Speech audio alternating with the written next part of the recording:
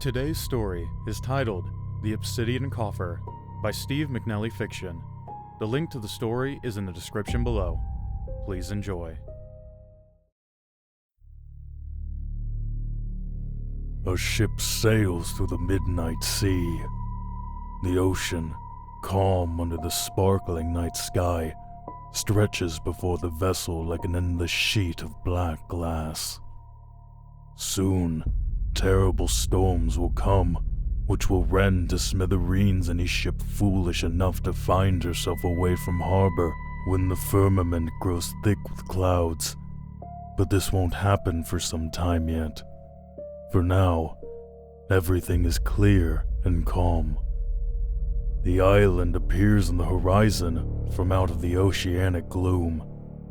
On a darker night, it would be visible for some time yet, but the bright moonlight cascading down from the clear sky provides the ship with a welcome path forward and turns the small, unassuming island into a beacon that signals the end of a long, treacherous voyage. A voyage bathed in hardship and blood. The vessel glides through the vitreous water like a wraith through a sleeping graveyard. She soon pulls alongside a half-dilapidated wharf, which looks to not seen use in a long while.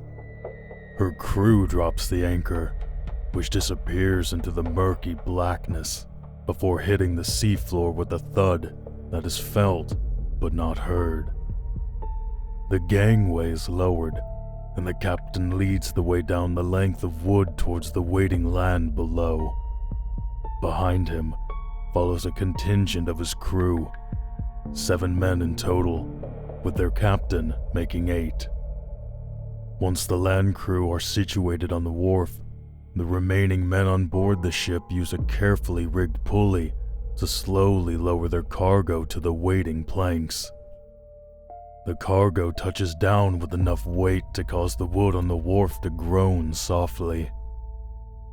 As soon as it is safely on the ground, the land crew gets to work untying it from its pulley. The cargo is a large iron coffer.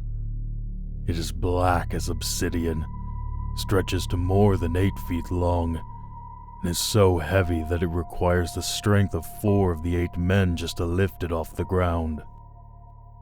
None of them have said as much out loud, but it is without a doubt one of the largest, as well as one of the heaviest strong boxes that any of them have ever come across in their many years of pillaging out on the open sea.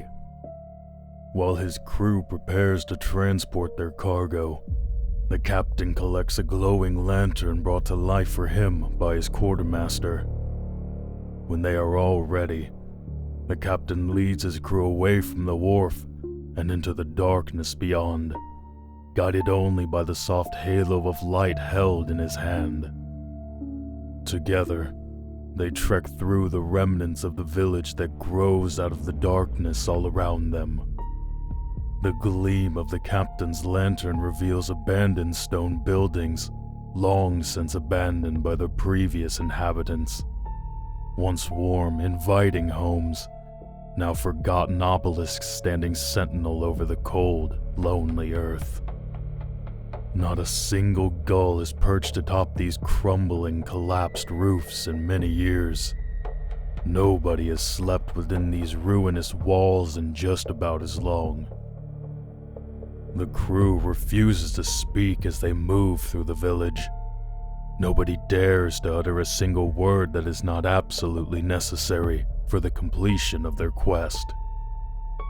As the sound of the gentle ocean begins to fade, an eerie quiet creeps over them. The men carrying the coffer seem to exaggerate their struggle with the cargo. They appear to increase the frequency and intensity of their grunts and groans, with the sole purpose of banishing the horrific stillness that infects all of their ears and minds. They make their way through that skeleton of a village until the captain's flame illuminates their destination. Towering above the village, at the top of a small hill, is a large stone castle. It stands proud and resolute above the rest of the village that lives in its vast shadow, an imposing sight despite its age and years of neglect. The castle's portcullis is down, and has likely not been raised for many long years. Those carrying the coffer lowered it to the ground so they can rest, while the captain sends 2 men to discover a way inside. Some time passes, after which this pair finds its way to the entrance of the castle and raises the portcullis, which utters metallic groans of protest as it parts ways with the earth. With the barrier raised, the men once again lift the heavy coffer and follow their captain into the fortress, which spits darkness at them from deep within its hungry, festering bowels. The captain's light is able to chase away these shadows, but just barely. He guides the way into the castle with a hesitant foot. His mind does not trust what the glow of his lantern allows him to see, and it trusts the space beyond that glow even less. And yet, he continues to lead his men into the waiting gloom. The portcullis closes behind them just as the dark sky grows heavy with the coming storm. The Obsidian Coffer remains buried in its crumbling castle on that unknown island for the better part of a century. The island that conceals the coffer begins to degrade and decay as the nasty years crawl on. Seabirds avoid the island at all costs. Even the most exhausted of animals would rather continue flying for miles on the end in order to reach a more ideal place to rest over stopping on that condemned patch of earth for even a few short minutes. The waters surrounding the island are stripped of all aquatic life. Plants and corals wither away as fish flee to the open ocean. The water around the island grows dark and murky, developing a gloom that dwarfs the deepest, most desolate trenches of the sea. Even the sun seems too afraid to penetrate the tide surrounding that sinister patch of land, and instead chooses to plant its rays in more agreeable waters. The buildings, already derelict and dying, begin to crumble so quickly that they threaten to turn to dust at a moment's notice. The trees, once healthy and vibrant, suddenly refuse to accept rainfall, and they cease bearing fruit, their final yields turning to mush before they even fall from the branch. Eventually, those trees begin to rot from the inside out. They topple over one by one, leaving behind their dead roots, which slowly shrivel into nothing. It is in this way that the island, as well as the castle built upon it, and the village that the castle overlooks, all begin to decay. But the coffer doesn't decay. The coffer only festers. It remains dormant in its dungeon for decades as it feeds off the surrounding space. The more it eats, the hungrier it becomes. It continues to grow in strength while the world around it continues to perish. The coffer longs for its chance to escape from its prison. It longs to flex the power that it has spent so long accruing while trapped within its isolated home. And perhaps one day it shall finally be granted its chance.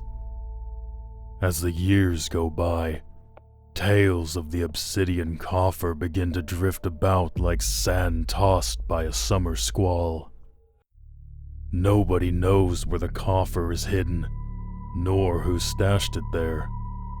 But what quickly manifests is the belief of an unfathomable treasure hidden inside of it. Hunts for the coffer begin to grow in size and frequency as fervor surrounding the lost relic reaches an all-time high.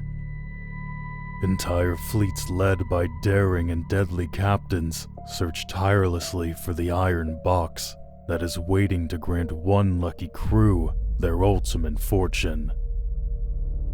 Decades go by where no progress is made in locating the coffer. Hundreds of brave and foolhardy swashbucklers lose their lives in pursuit of the coffer's glory without ever coming close to claiming the prize that they seek. Folks begin to lose faith in the existence of the coffer. The thing falls into the realm of legends. Fewer expeditions depart in search of the fabled box, and those fleets that still pursue that ever-elusive fortune grow smaller with each turning of the tide. It soon becomes apparent that the coffer is most likely destined to stay buried forever. Just another footnote clumsily scrawled at the bottom of one of history's many pages.